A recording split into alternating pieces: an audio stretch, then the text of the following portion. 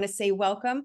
For those of you who have joined us from near and far, we always appreciate your attendance and look forward to each topic. Reminder, today is we pull the lens out and we get the 30,000-foot view of this awesome nutrition information that Paula is once again going to co-host with me today. And as Paula is my nutrition sister here, I get excited when we are together. So she is the owner of Healthspan Nutrition, Paula Weinberg. And if there is something that we talk about today that is of interest of yours, that pertains to your particular diagnosis, or you're just interested in working with Paula, fear not. We will make sure that we get you her contact information straight away. She's going to give it to you. I'm going to give it to you. My ask is that you grab a tea, grab a water, and give your really good attention, because this is a great topic. I also want to remind you, as Lynette and I were joking around, oftentimes we get going, we get really super busy. And I just find that this information is so incredibly valuable. I am giving you permission to tap out for the next 45 minutes or so and give yourself the space to really, not to be funny, digest the information the way you need to. So that said, I'm going to pass the baton to Paula. Today's topic is macronutrients for healing. I'm not going to say too much else about it because I'm going to let Paula take it away. I think you're going to find this subject very interesting. I know I've been looking forward to it, including our staff. So Paula, welcome, and please feel free to take it. Hi, thanks, Stacy. Hi, everybody. Yeah, today we're going to be talking about sort of foundational basics and the macronutrients, which are protein, carbohydrates, and fats. And that might not seem like the sexiest topic in the world, but it's so essential. If we can do those foundational things well every day and in the chronic way of what we do in our life and the small ways that we repeat them each and every day, it can make a huge impact on our health. So it's not as maybe appealing and dramatic as some miracle supplement that you might be promised in taking, but that miracle supplement that you might be promised in taking is going to change your health is not going to even work as well as it could for you if the foundational stuff is not in place. So without further ado, I'm going to get started on just sharing my screen and kind of diving into our topic today, because it's a lot more fun to look at. We are going to start off with protein and kind of talking about why that's important, why we need it, and what it's all about, and unpack that a little bit together. So I'm not going to read the slide to you. I know you can all read, but protein is so essential for our health in so many important ways. And people with cancer or on the cancering journey or survivorship, really, some of these things might really pop out to you. Immune function, DNA replication, and hormone production, muscle mass. These things are really important for overall health. And so proteins are made up of individual amino acids. Think of those as like the individual Legos in a strand of Legos that make up a protein strand. So individual little amino acids make up proteins. And there are 20 different amino acids, and they are grouped into different categories: essential, non-essential, and conditionally essential. And you don't have to get tangled up in all of that necessarily, all those names, but it's important to know that there are some amino acids that we require to get from our diet, and there are some amino acids that our bodies can make. So essential amino acids, which are what we're going to focus on right now, are the ones we have to get through food. So our bodies can't make them. They are dependent on receiving this information from our food. So we have two types of protein here we're going to talk about, and complete protein and incomplete protein. So plant and animal. Animal sources of protein you have here on the left, some pictured: steak, chicken, fish, all of that, eggs. Those are by their very nature complete proteins, meaning they have all of the essential amino acids in the right proportion to be called a complete protein source. So those are surefire ways to get your complete proteins.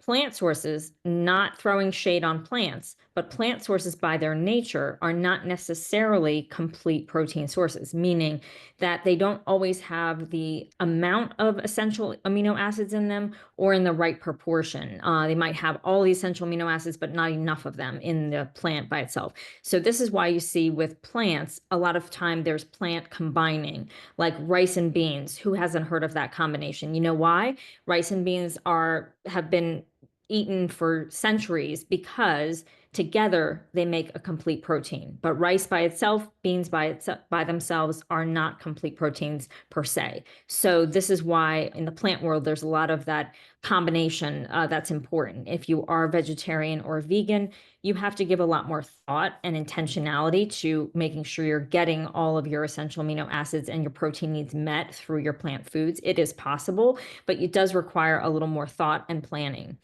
So there are some exceptions to this rule in the plant family. You see them listed here: soy, pea, hemp, quinoa, buckwheat, nutritional yeast. Those are types of plant proteins that are complete proteins. What's another thing that's important about protein? Quality. That's important across the board with every food, but we're going to take a second to talk about quality right now. When you're talking animal protein, the quality of the protein goes to how the animal was raised, what it was fed, and the conditions that the animal was exposed to, environmentally, what kind of medicines it might be given, all that kind of thing, because you are eating whatever that animal ate and whatever that animal took in through its environment, whether it's sunshine and green grass or chemicals and a lot of drugs to keep it healthy in poor conditions. So it's really important to strive for buying the best quality meat you can when you're and fish. With fish, it's wild caught. With meat, it's pasture raised, and making sure that it's exposed to its natural habitat and environment and not being confined in man-made artificial kind of situations and being force-fed foods it wasn't intended to eat. With plants, you're talking more about pesticide and herbicide kind of content in terms of quality. Also, the plant is only as rich in nutrients as the soil it grew in. And of course, we can't know that by looking at it or otherwise tasting it. We won't know. We just don't know how rich the soil is that nourished this plant. So you hope for the best when you're buying your food. You can, of course, grow your own, and that's a great way to be sure it doesn't have any pesticides. You plant it in really rich organic soil, so forth. Then you have a lot of control over that, and that's probably the best possible food to have. But most of us are not able to do that or doing that. And so when you're buying plant sources, you want to strive for organic, non-GMO. And again, that's not to say that's going to be pesticide free. Also, there are organic pesticides that are definitely allowed on plants. So there's no perfect food, but don't get too tangled up in it. Just do your best to get the cleanest food you can. So this is a way of looking at the quality spectrum, seeing where things are and what we're striving for. So we want to be on that right-hand side where we're striving for whole foods and those whole sources of nutrition, whether it's nuts and seeds and soybeans versus these things that are like fake meats and isolates or processed foods and processed meats here, which of course I'm sure everybody here already listening already knows that those kinds of processed meats like hot dogs and salami and those types of things, those are known to cause cancer and be a source of carcinogens and problems. So we should be staying away from those completely. But just to give you a spectrum and a range, a soybean is a very different thing than soy protein isolate and fake soy-based meats and so forth. So always go for the whole food if you can. Paula, we have a quick question, if you Yeah. wouldn't mind just going back real quick. So Marcy wants to know, ideally, I choose pasture-raised organic eggs. Given the egg shortage, how would you prioritize choosing between organic cage-free versus non-organic pasture-raised given soy feed? How would you prioritize that? That's a hard one and a really good question. And honestly, I think you just have to decide what's most important to you. You might also not pick one option and keep using that same option. You might just rotate options around based on what is available to you at the time. It's really hard. Soy feed isn't ideal for animals because that's not what they're used to normally eating. The chemical aspect of I think you said the difference was the not organic, right? They were, Organic cage-free versus non-organic pasture-raised given soy feed. yeah, that's a really hard one. It's almost a personal choice of which one you're gonna lean towards. I think that I would probably go for the non-organic pastured if it was me, because a lot of times farms are required to go through a whole lot of hoops to be deemed organic.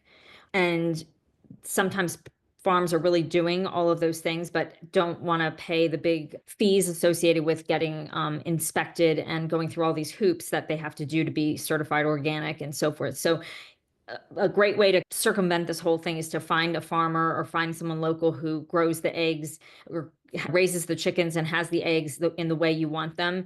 And that would be the best possible option in these egg shortage days. It's amazing to me how many people in my little bubble are raising chickens and where you can find those for yourself. That's a really hard question that I can't really, it's six of one, half dozen of another. You have to make your decision what's most important to you and see if you have a reaction to it at all. Sometimes people will have eggs and feel a certain way after them. You have to, Right. there's a whole lot of things to evaluate. And Marcy, I hope that answered your question sufficiently. So feel free, everybody, to continue to put your questions in the chat. And as we go through, if they are questions pertaining to what she's speaking on, I can do like I did and get you a quick answer. Marcy said, thank you for validating the difficulty. Can't wait until my farm share starts in May. Listen, Marcy, I feel you, but I'm in Maryland and I did what Paula just suggested. There is a local farm. And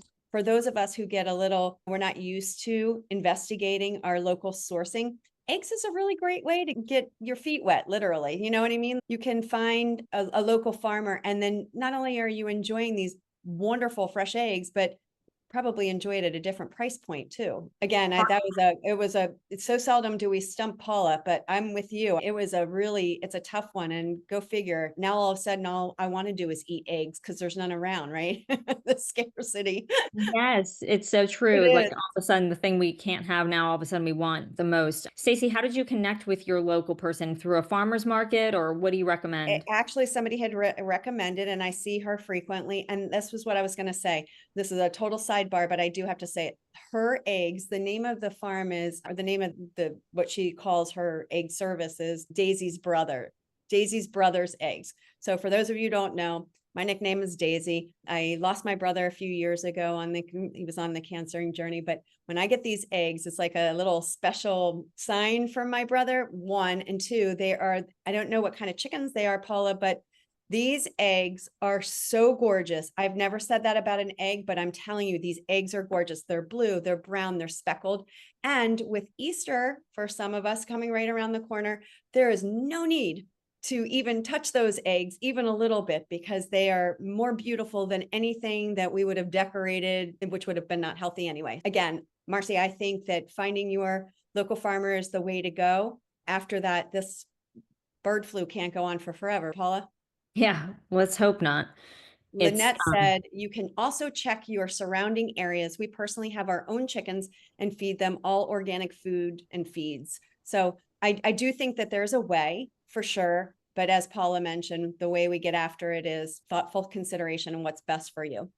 Location. you can also, right, you can also try buying a dozen of each and cracking them open. You can see the quality of the egg and not just tasting it, but looking at the yolk, and when they're really pale yellow and they really lack color versus that vibrant deep orange, and they just really taste like a whole different thing. So you can definitely taste the quality in an egg as well and see it. So moving on to how much protein you might need, and people might be thinking this to themselves as they're listening, how much is right for me? And that's a sort of a individualized personal question that I can't really answer for each person on here because it takes a lot of information to figure that out. But this is a way for you to roughly gauge where you are with this and for yourself. The recommended daily allowance is 0.8 grams per kilogram of body weight. And I don't know why it has to always be in kilograms, these recommendations. So I'll tell you how to convert that and make this simpler. But Everybody has different protein needs depending on their season of life, what else is happening with them, someone going through treatment, someone not going through treatment, someone who has other pre-existing underlying conditions. Those things can really dictate how much protein is right for someone. So people that need more protein, or someone is post-surgery, and elderly people, children, things like that. If you want to be visual about it, most people need, if you're using animal protein, it's not so easy to do a visual with plant protein because there is such a different concentration of protein in a cup of quinoa versus a cup of beans. So it's really hard to give a visual. But with animal protein, you can look at a deck of cards or the size of your palm, and most people need about 20 to 30 grams per meal. And we're going to get to more about how to demystify whether you're getting that in your meals or not toward the end. If you want to do some math for yourself, you want to convert your weight from pounds to kilograms, you divide it by 2.2. So here on the left, you have this calculating your protein needs. So if you weigh 150 pounds, you divide it by 2.2, you get 68 kilograms. That's your weight in kilograms.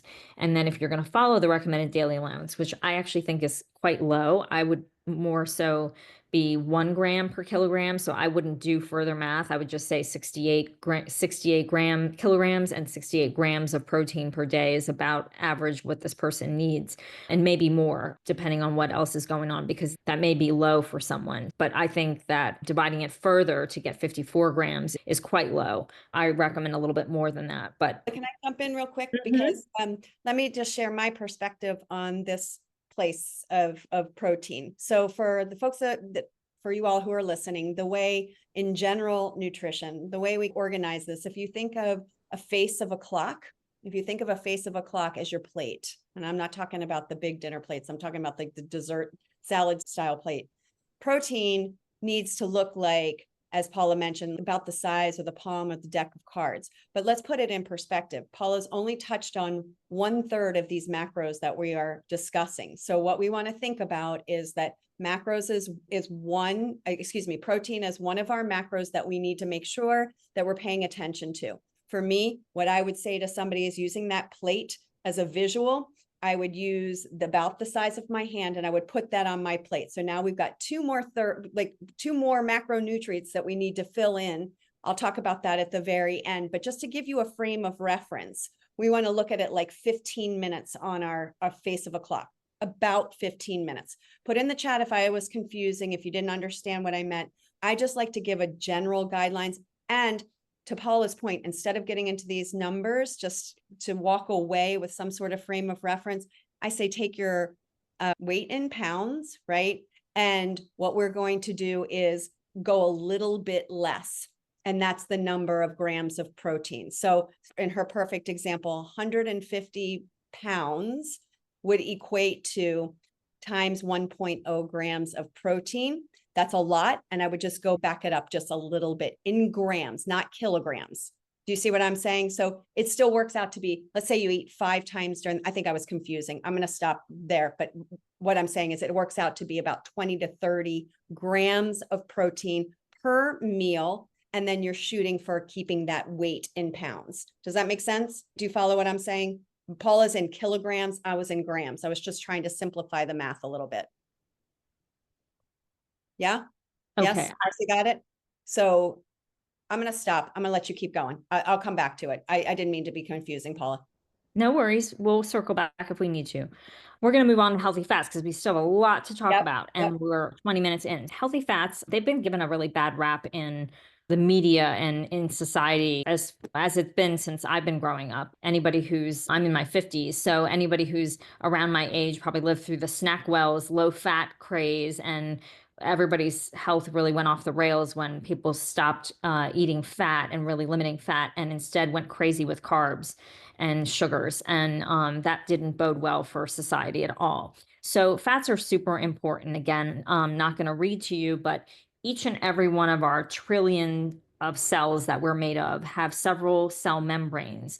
And each layer of those cell membranes is vitally dependent on healthy fats. So to make the cells be able to communicate, bring the right nutrients in and out, that's how the cell membranes, the gates of the castle, if you would. So if the gate is all creaky and rusty and not working, things can't flow in and out easily, and the cell isn't going to function properly. So it's so vital for all of these reasons here.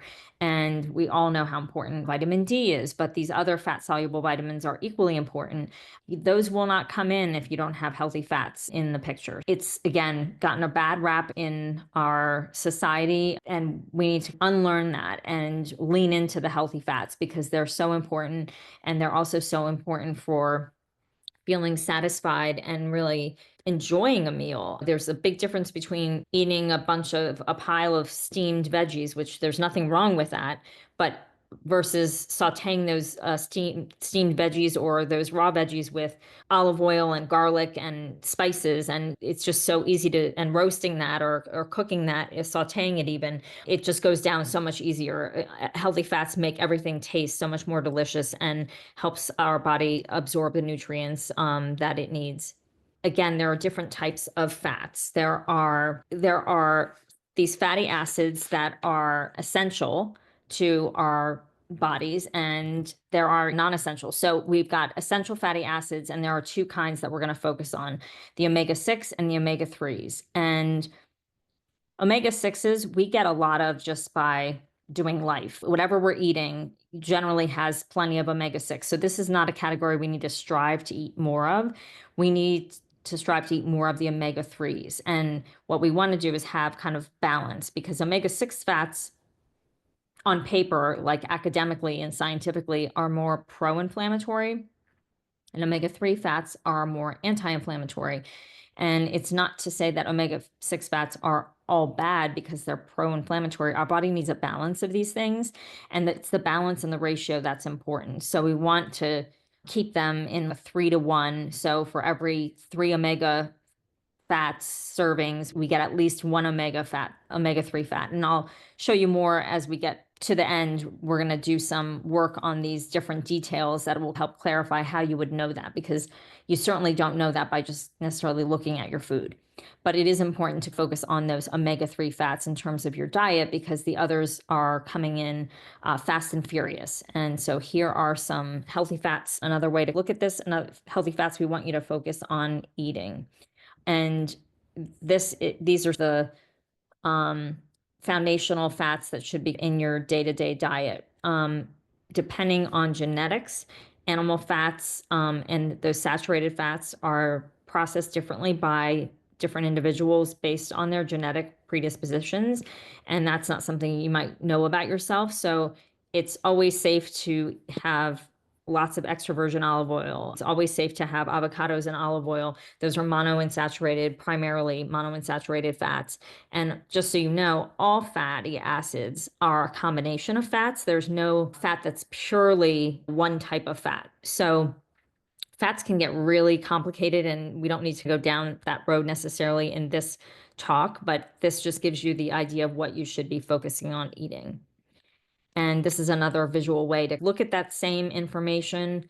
Foods on the right are the ones you want to focus on. The foods on the left are the ones we want to eliminate or avoid and minimize. And so those vegetable oils, they are full of inflammatory properties, and we want to really minimize those and focus on the oils and fats that you see here. And I have a little chart here that helps you to understand what to use when you're cooking, because that's another aspect of this. Using the wrong fat or oil when you're preparing food can also create inflammatory properties in the food if you're cooking at the wrong heat, so forth. Will we be able to give Kristen a copy of this chart for our listeners? Okay, if we take a screenshot and put it in the notes?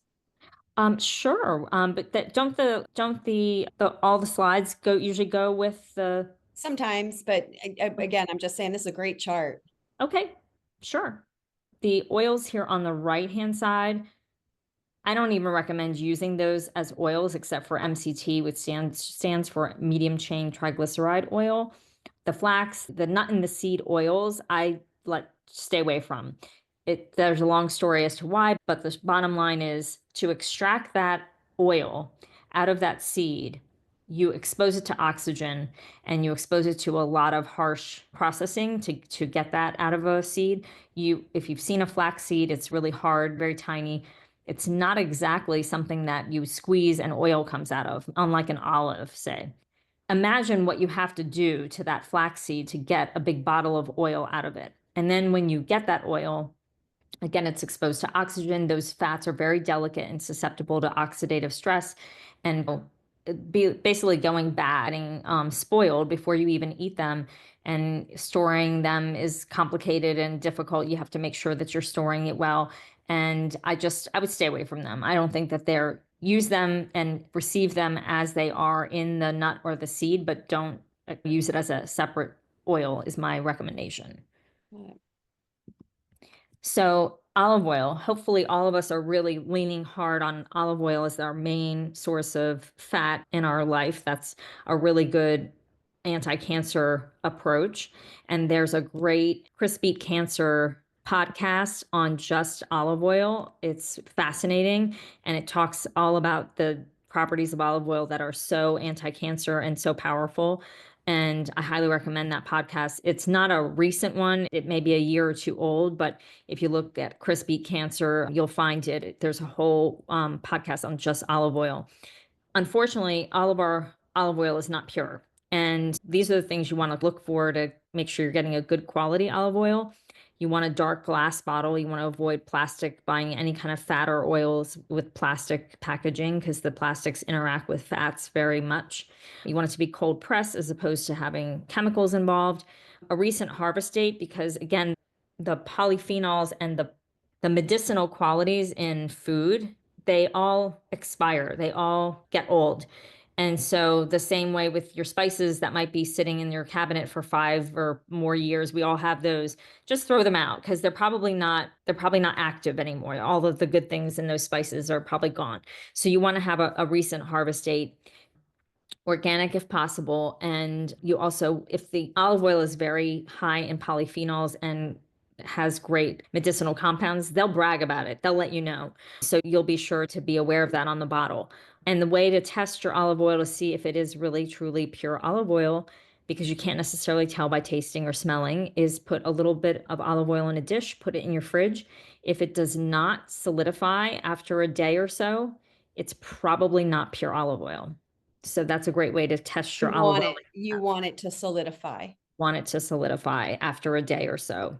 And then Paula, we have a quick question. What do you consider high temperature? On your slide before it said, don't cook at certain temperature. What is considered high temperature? I would say if you're cooking in an oven, I would say over 375 and up, I would say is a higher heat. Definitely 400 is a high heat.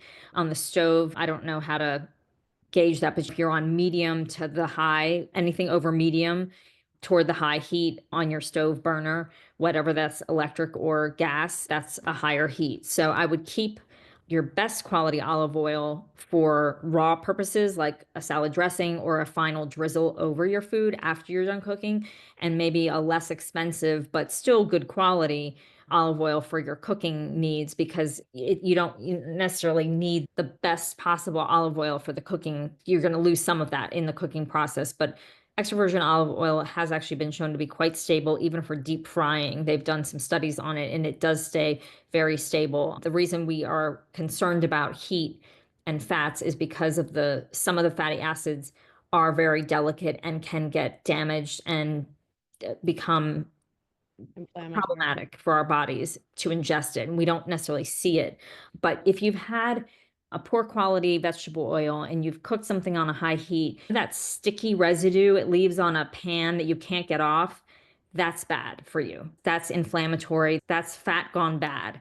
And so you want that there's some poor quality vegetable oils that created that kind of sticky mess. And you want to, again, stick to these types of oils and use the right temperatures. Maria, I hope that answered your question. That was a good one, Paula. Thank you. Yeah. Last but not least, carbs. Unlike essential fatty acids and essential amino acids with protein and fats, pardon me, there are no essential carbohydrates. That kind of blew my mind when I was learning more about nutrition and back in school. And it's that our bodies can generate our own sugars for purposes of it, the biochemistry of our cells and the function of our cells. So if we're going to eat carbs, let's make them count and let's make them the good carbs. So you have many pictures here of really wonderful, healthy, good carbs to be eating. And what do carbs give us? They give us our vitamins and minerals. Fats and proteins really don't give us much of that. Fats really don't give us vitamins and minerals at all. Proteins can give some of those things, but not too much. Really, our carbohydrates are where that's our multivitamin for the day. And so the more variety and the more whole food sources like the ones that are pictured here that we get, those provide a lot of nutrients for us. So we want to choose them wisely. So we get fiber, all the different colors, and even smells of our foods. That lovely smell of basil or cilantro, those are phytochemicals. Those are really powerful, good compounds for us when you smell how wonderful the food, the fresh produce you have smells. So here's another way to look at it. Obviously, there's carbs and there's carbs. So the carbs on the left, we don't want to be eating those, right? We don't know. There's usually countless ingredients in those things, from a slice of white bread to candies and baked goods that we didn't make ourselves. There might be 50 or more ingredients on some of those things, and most of which you probably wouldn't know what they are or couldn't pronounce. And that's a great sign to stay away from those foods on a regular basis and really want to focus on, again, on those whole foods where you can look at your plate and know what's in there. And it's really as it grew in nature as much as possible. Another kind of word of caution around carbs, and this is not to make anyone fear carbs, because carbs aren't bad or carbs aren't a category to be scared of, but just, again, choosing wisely what you're eating and knowing your own health and background story. Do carbs spike your blood sugars? And I'm going to let Stacy talk a little bit about this because she's been doing a really interesting experiment. But grains can be inflammatory for some folks, especially gluten-based grains, and they can create blood sugar spikes. And so we want low and steady blood sugars no matter what we're eating. And that's an important kind of general health rule and guideline for everyone to be following. And so I'm going to let Stacy talk for some time about her experiment with. Yeah, I think I'm just going to be quick though, because I think, as you always say, and I track with you completely, everybody's body is different and we respond to foods differently. The where carbs get a little bit confusing for my clients is the fact that carbs is this big, huge macronutrient category. But as you mentioned, these grains fall into place. And then we've also got our fruits and vegetables in place. So I've been wearing a continuous blood glucose monitor. Why? I like to try everything that gives me information about my body, especially as I'm aging and whatnot, trying to figure out how do I not necessarily flatten the curve, but keep the curve nice and steady, the blood glucose. And what I found after wearing this for 2 weeks is that I am quite sensitive to some things that I wasn't expecting to be sensitive, and then other things I would have thought that I would have been, and I wasn't. So what happens is you ask your doctor to write a prescription for the continuous blood glucose monitor. I'm using a Libre 3. You put it on, it does not hurt. It's this like quick little snap and it goes to the back of your arm and it's connected to an app. And so it's continuously, like many of us go to the doctor once a year, if not more, and we get this blood panel test and it gives us our fasting glucose. So that's a snapshot in time. It doesn't necessarily give us complete information. It gives us for that moment what the blood glucose is. This thing has allowed me to watch real time. If I eat a meal, if I go and I work out, if I'm waking up and whatnot. And so it's been fascinating to see, for example, rice is probably not a good choice for me. As soon as I eat rice, the blood glucose goes way, way up and then it completely crashes, right? So I don't want to get off on a tangent here, but the point is that finding ways to combine those 3 macronutrients has always been super successful for me. A little bit of protein, a little bit of fat, and then really choosing my carbs wisely. The other thing, and again, I say based on what Paula said, you're not going to take what I said and do exactly what Stacy Fritz did, right? You're going to find your own method to figuring some of these puzzles, if you will. Ultimately, it's about how you feel and what foods promote healing and which steal from your healing. So again, I'll leave it at that. The last thing I want to say is back to that little plate we were talking about. The protein's going to get about 15 minutes. This is how I do it. 15 minutes for the protein, about 15 minutes for what I call starchy carbs, things like the quinoa, things like a rice, a sweet potato, a slow release carb, and then the whole rest of the plate, 30 minutes, are my greens.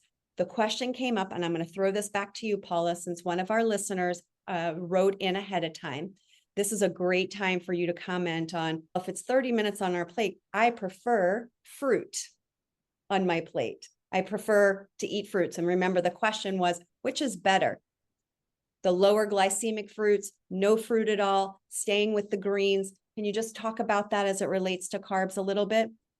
Yeah. And so for somebody who is in a cancering journey, whether they're active or fairly recently post cancer and survivorship, that person has a different, in my opinion, a different requirement for Than diet. general, yes. They may have to be a little more stringent, a little more strict than you take your average 25-year-old who's healthy and has no issues with health, blood sugar, any of those things.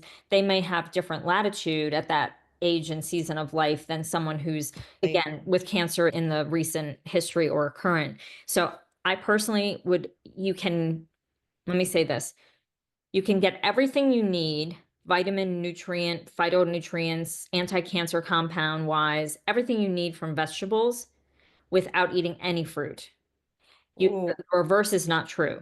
Say that again. That was a huge nugget that you just dropped. Say it again. You can get everything you need nutrient wise from focusing on vegetables. And if you did the opposite and just ate fruits, you'd be missing out on a lot of nutrients that are only in vegetables. So the nutrients that are in fruits are also in the vegetables. Yep. So you got that all covered there. And you also have steady and level blood sugar and a lot of great things happening there that may not be necessarily true with fruit. So fruit is not necessarily our friend. Yes, it's sweet and we love it and it's delicious. And that's fine that we are programmed to enjoy sweet foods because when we were evolving back in time, sweet signified safety, right? Bitter, strong, really strong, or pungent, or different kinds of tastes or smells triggered caution, right? It could be a poisonous berry. It could be something that could kill us out in the wild. So sweet always signified it was safe, right? And so that's how we've grown up. Mother's milk is sweet. Everything that's the first tastes of life is sweet. So it's not doesn't make us a bad person because we like sweets or we enjoy fruit. But in this time, I would focus on those low glycemic fruits if you really find you want and need to have fruit in your life, which would be berries, always organic. Berries are sprayed. The bugs love them as much as we do, so they are heavily sprayed. They're always on the dirty dozen. So you want to really get your berries organic if you're eating them. Pomegranates are another like low glycemic fruit. Acai comes in those packets. It's not really a fruit that you go buy, but if you're putting it in a smoothie, acai is a low glycemic fruit. Things like that I would stick to versus mangoes, pineapples, bananas. They really have a high sugar load, and fructose is implicated in a lot of different diseases. And there are no brakes on the fructose, which is the sugar in fruit and honey. There's no brakes on that system in our body on a chemistry level, whereas the brakes on the glucose pathway, which is what we get from basically eating most carbs, like vegetables, that type of thing, starches like grains, it turns into glucose.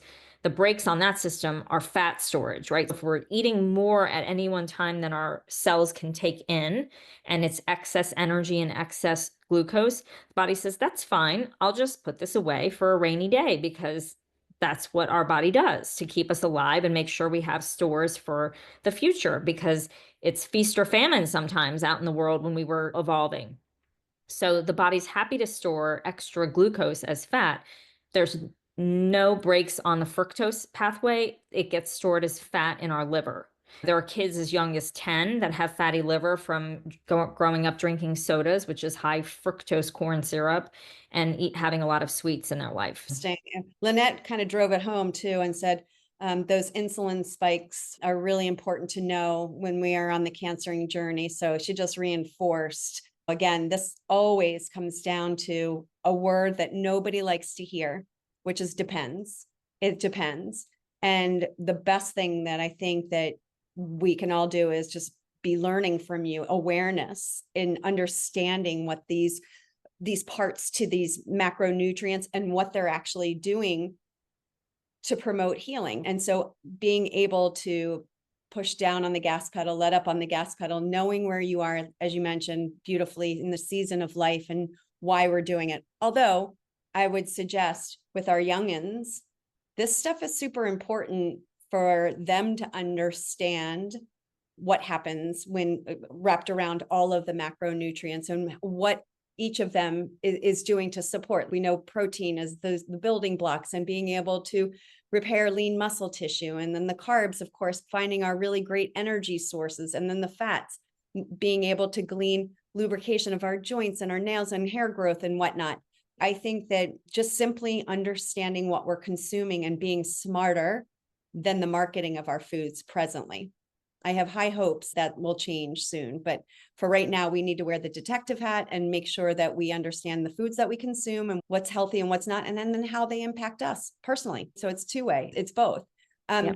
Thank you, Lynette. Thank you, Maria. Real quick before you transition, Paula, let me stop because that was a huge amount of information for those 3 macronutrients. I just want to make sure nobody, if you have a question about any of those 3 before Paula moves on for our last few moments, please put it in the chat and we'll make sure that we get those questions answered.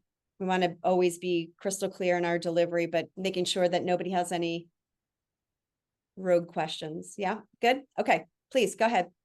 Yeah, so just wrapping up in the sense of moving to what do we do with all this information and what's right for us. We've talked a little bit about that already. Depending on your personality, what feels right for you, what's achievable and manageable for your life in the moment, and that can change, right, for all of us day to day, week to week. So just to give some visual and some easy to go by kind of ways to get a handle on some of this information is with vegetables in the carb world. The more dense the vegetable, the heavier it is physically. A head of cauliflower, a head of broccoli, that kind of thing, it's going to be more carb heavy. Now that's not in a bad way, because a lot of that's fiber and a lot of that's canceling out with a fiber. But the lowest carb veggies are going to be more similar to paper. So think of dark leafy greens, whether it's lettuce greens, kale, bok choy,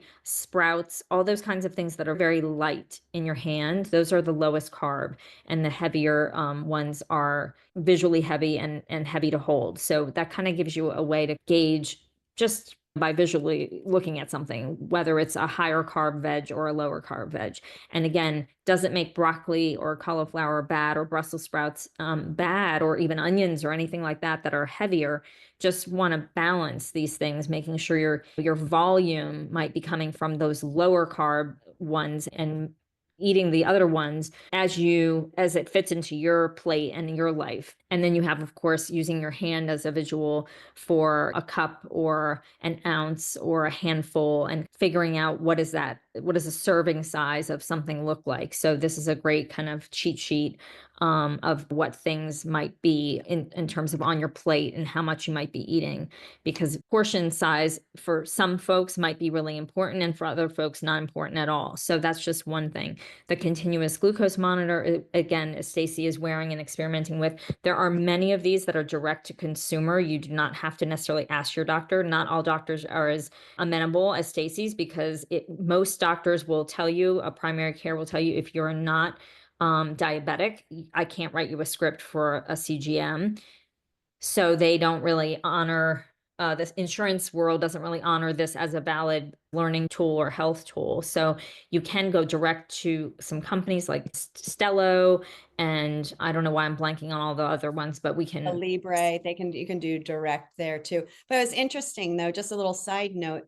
I didn't go in there saying, can I just try this? It was fascinating. My fasting blood glucose was showing up a little on the high side. Ironically, I had just worked out and it was confusing, right?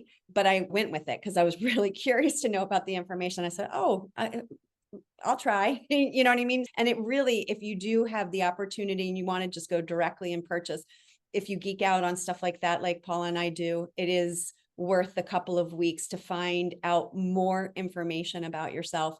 I'll leave it at that. And it spits out a lovely report at the end showing you. And if you take really nice notes on when you're eating, the time you wake up, the last time you ate, it really is fascinating. And you can get a little bit of intelligence on, oh, that's probably not a great choice for me in this category based on what the graph looks like. Just sidebar. Yes, we're all so individual, and one person's carb tolerance can vary wildly from another person's carb tolerance. Somebody can eat a whole papaya and not show any blood sugar spike, and another person can look at a blueberry and get a blood sugar spike. So everybody's chemistry is really so individual. The only way to really know what you're reacting to and what you might be getting sugar spikes from is to do the CGM.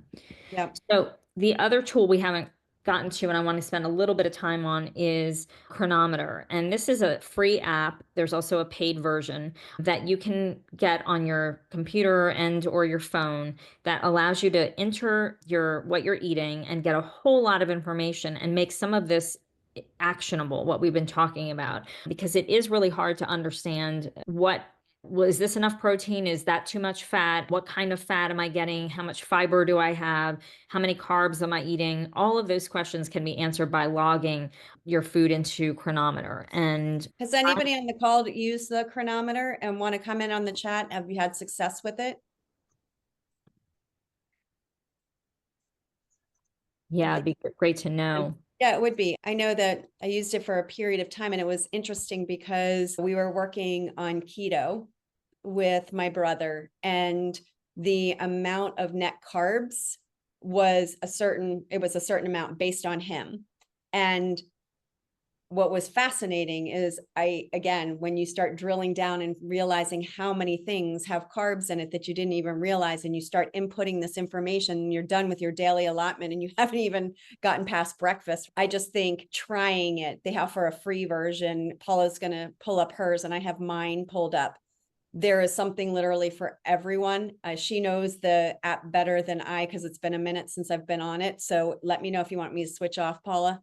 Yeah, I'm going to show them a few things because we're running tight on time. I'm going to show a few things on here, and then you can also show them your app to see if it's markedly different because I only use my paid version, so I'm not sure what the free version looks like these days. It looks similar. You don't have to switch it over. It looks similar. Yeah. So the important thing is you can adjust a lot of these things from inputting your repeat meals or custom meals so that you don't have to enter the ingredients each time. You can make a custom meal, call it my favorite breakfast, and then just put my favorite breakfast in it. And then you can set up your targets and profile. So you set up it usually asks you for your. I saw it was your weight and then. Yeah, I'm trying to see. So this looks a little different than it does when I put clients in. But anyway, you put your weight in. I don't even know what this relates to right now, but this information's in here. So we'll just go with it. So you put your weight in, you usually put your height and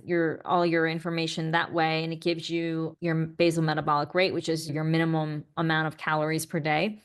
And then you get to set up your ratios of your macros. And again, that's something that I can't tell you where to set things because everyone is different, but they have different ways to do that. So you've got in a keto setting, you've got all these different options of doing a custom setting to a relaxed setting where you have a lot more carbs per day and a lot more protein per day than is given in a rigorous keto. So there's a lot of different ways to set this, but generally I like to use the keto and do a custom because then I can customize the amount of carbs per day and I really can control that. And then the fat kind of will follow.